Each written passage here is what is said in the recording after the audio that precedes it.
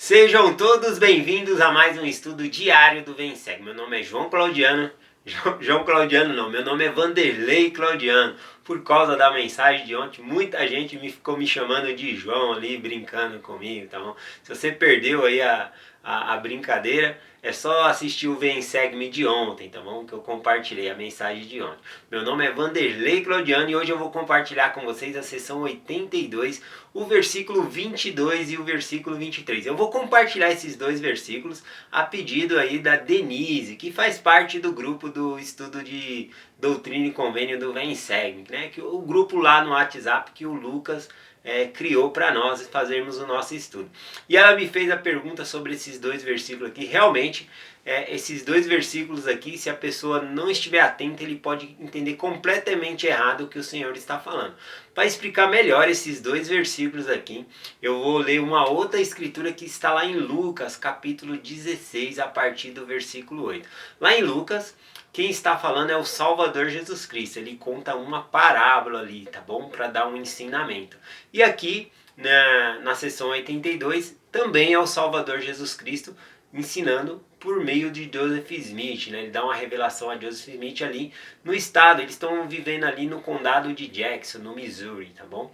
E aí, parte desse versículo fica mais fácil eu explicar aqui em Doutrina e Convênio por causa do contexto histórico do que lá no Novo Testamento. Mas tem parte que é mais fácil eu explicar lá no Novo Testamento. Vamos para a prática aqui e vamos ver o que nós podemos entender desse versículo aqui. Eu vou ler os dois versículos, 82, a sessão, versículo 22 e 23. Diz assim: E agora em verdade vos digo, nisto há sabedoria, granjeai amigo com as riquezas da iniquidade, e ele não vos destruirão.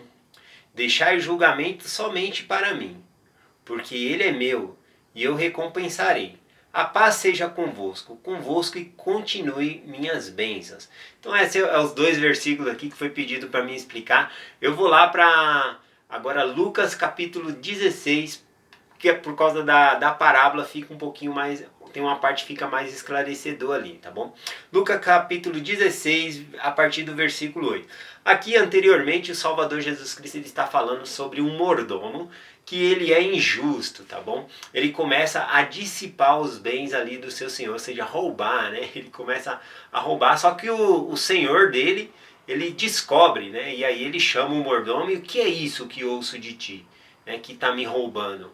Me dá conta da sua mordomia e não poderá ser mais meu mordomo. E nesse momento, esse mordomo que era injusto, ele ficou muito preocupado, né? Ele falou, o que eu vou fazer agora da minha vida, né? Cavar poço eu não posso, porque eu não tenho força para isso. Né? Eu nunca trabalhei com minhas mãos assim. E também mendigar eu tenho vergonha, né, de fazer isso. E aí ele pensou rapidamente o que ele poderia fazer para ele ter uma vida boa no futuro. Ele correu, né, naquelas pessoas que deviam ao seu senhor ali e começou a alterar o valor delas para ganhar favores das pessoas. Então ele chegou a uma pessoa lá que devia 100 medidas de azeite. Ele falou, ó, anota aqui 50 e é isso que você deve, tá bom? E começou desse jeito a granjear amigos, né? Para que quando ele fosse mandado embora do serviço ali, ele tivesse onde ficar, não ficasse mendigando na rua. E ele fez isso com várias pessoas, alguns devia farinha, outros... Ele fez isso com várias pessoas para ele obter favores de várias pessoas. E aí, olha o que o Salvador Jesus Cristo fala sobre esse mordomo que era injusto aqui no versículo 8 do capítulo 16 de Lucas. Ele diz assim: E louvou o Senhor o injusto mordomo, né, por haver procedido prudentemente, porque os filhos deste mundo são mais prudentes na sua geração do que os filhos da luz. Bom, devemos entender aqui que o Salvador ele não está elogiando a iniquidade ou a injustiça daquele mordomo, tá bom? Ele está elogiando a prudência, ou seja, ele acreditava que para ter uma vida confortável ele precisava de dinheiro, um lugar para morar, então ele estava correndo atrás disso, tá bom? Então ele estava acumulando bens para que ele pudesse ter, vamos dizer ali, uma previdência, né? Uma aposentadoria gorda ali e viver confortavelmente. Então o Senhor está elogiando a prudência dele.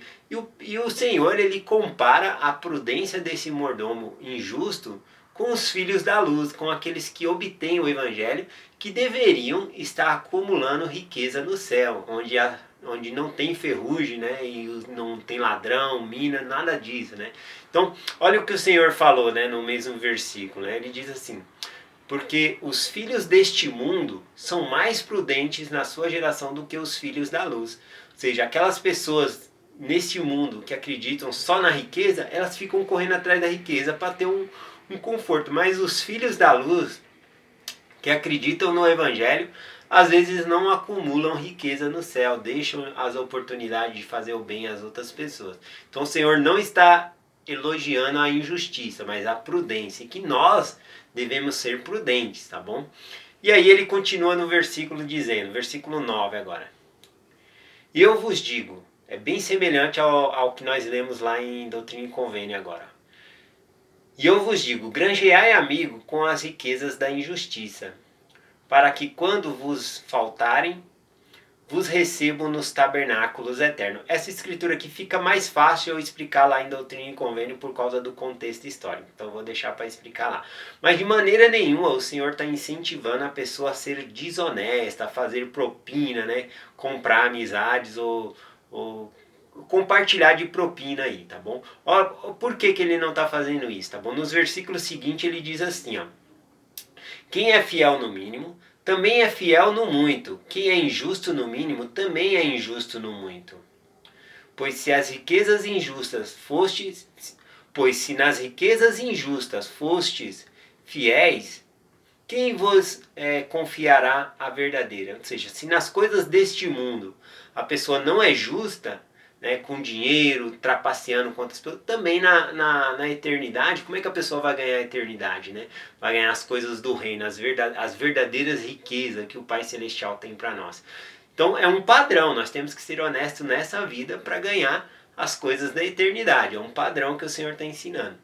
O versículo 13, para terminar aqui nessa explicação, diz assim: Nenhum servo pode servir a dois senhores, pois ou há de odiar um e amar o outro, ou há de se achegar a um e desprezar o outro. Não podeis servir a Deus e a Mamon. Então ele fala que é impossível agradar a dois senhores. Essa palavra Mamon aqui, ela simboliza dinheiro, riqueza. Ou seja, é impossível a pessoa ficar correndo só atrás de dinheiro, só atrás de riqueza e agradar a Deus ao mesmo tempo. Então não dá para ser servo do dinheiro e ser servo de Deus ao mesmo tempo. Tá bom? Então é isso que essa escritura está ensinando. Então vamos lá de novo para seção 82 para me explicar no contexto histórico lá que o Senhor realmente ele não está incentivando nada desonesto, tá bom? O versículo que eu li foi o versículo 22, né? Vou ler novamente, diz assim: E agora em verdade vos digo, nisto há sabedoria, granjeai amigos com as riquezas da iniquidade, e ele não vos destruirão. Então essa parte de granjear aqui é a mesma coisa de negociar, ganhar, conquistar. Como ele está falando de amigo, ele não está falando de pagar propina. Ele está falando que os membros da igreja no condado de Jackson, eles deveriam ganhar a confiança dos seus vizinhos, tá bom? É isso, porque os membros da igreja, como que eles estavam agindo na época, tá bom? Eles apenas negociavam entre si, né? Era aquele grupo fechado ali, e eles até recusavam, né, as outras pessoas de participar e mantinham-se separadas de outras pessoas que não eram membros. E aqui o Senhor falou que não, que eles deveriam se misturar com essas pessoas, ter negócio com essas pessoas, tá bom? Então a outra parte aqui, né, de se misturar, se envolver, trabalhar para essas pessoas, né? Ou seja, estar no mundo, mas não ser do mundo. Vou dar um exemplo simples aqui. Por exemplo, nós acreditamos na palavra de sabedoria. Nós não ingerimos bebida alcoólica. Essa é a palavra de sabedoria aqui, né, nos nossos dias. Porém, lá em Levítico capítulo 11, a palavra de sabedoria já é não se alimentar do porco, não comer coelho, né? E olha só que interessante. No caso do coelho ali, por exemplo, né, quando um israelita visse um coelho morto ali, era para ele considerar imundo, ou seja, nem tocar no coelho ele podia, nem podia pegar o animal ali, enterrar ou mexer nele de alguma maneira. Então quando ele olhava um coelho ali, ele via, ele se lembrava da lei, que quem tinha dado era o Senhor Jeová, né, o Deus de Israel. Então automaticamente ao se lembrar da lei, eles se lembravam de Deus e eram fiéis. Tá bom? Então a mesma coisa hoje em dia. quando alguém me oferece uma bebida alcoólica ou eu tenho a oportunidade de beber e não o bebo, eu estou lembrando do convênio, eu estou me lembrando de Deus. Então todos os convênios, essas coisas nos fazem lembrar de Deus. Então por que eu falo? Não é para levar ao pé da letra, e o Senhor fala que nós devemos nos misturar, trabalhar para todas as pessoas. Por exemplo, você trabalha num caixa de supermercado. Aí vem ali passar ali no seu caixa bebidas. Ah, eu não bebo, eu guardo a palavra de Deus, eu não vou tocar na bebida. Então não é bem por aí. Então nós devemos viver no mundo, mas não participar dos pecados, entendeu? Não é para você compartilhar no sentido de beber, mas você está ali, você pode ser gentil com todas, você tem que ser gentil com todas as pessoas. Ou se você estiver trabalhando lá no caixa do supermercado, aí passa alguém, vai passar um bacon ali, você fala, não, isso aí é pecado, não tem como, né? Então, realmente a gente tem que usar do nosso discernimento.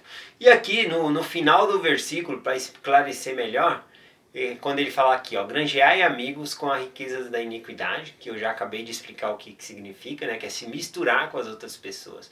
Então deveríamos ter amizade com todos, né? Ser do mundo, não, estar no mundo, mas não ser do mundo. E aqui falou no final do versículo, ó, e ele não vos destruirão.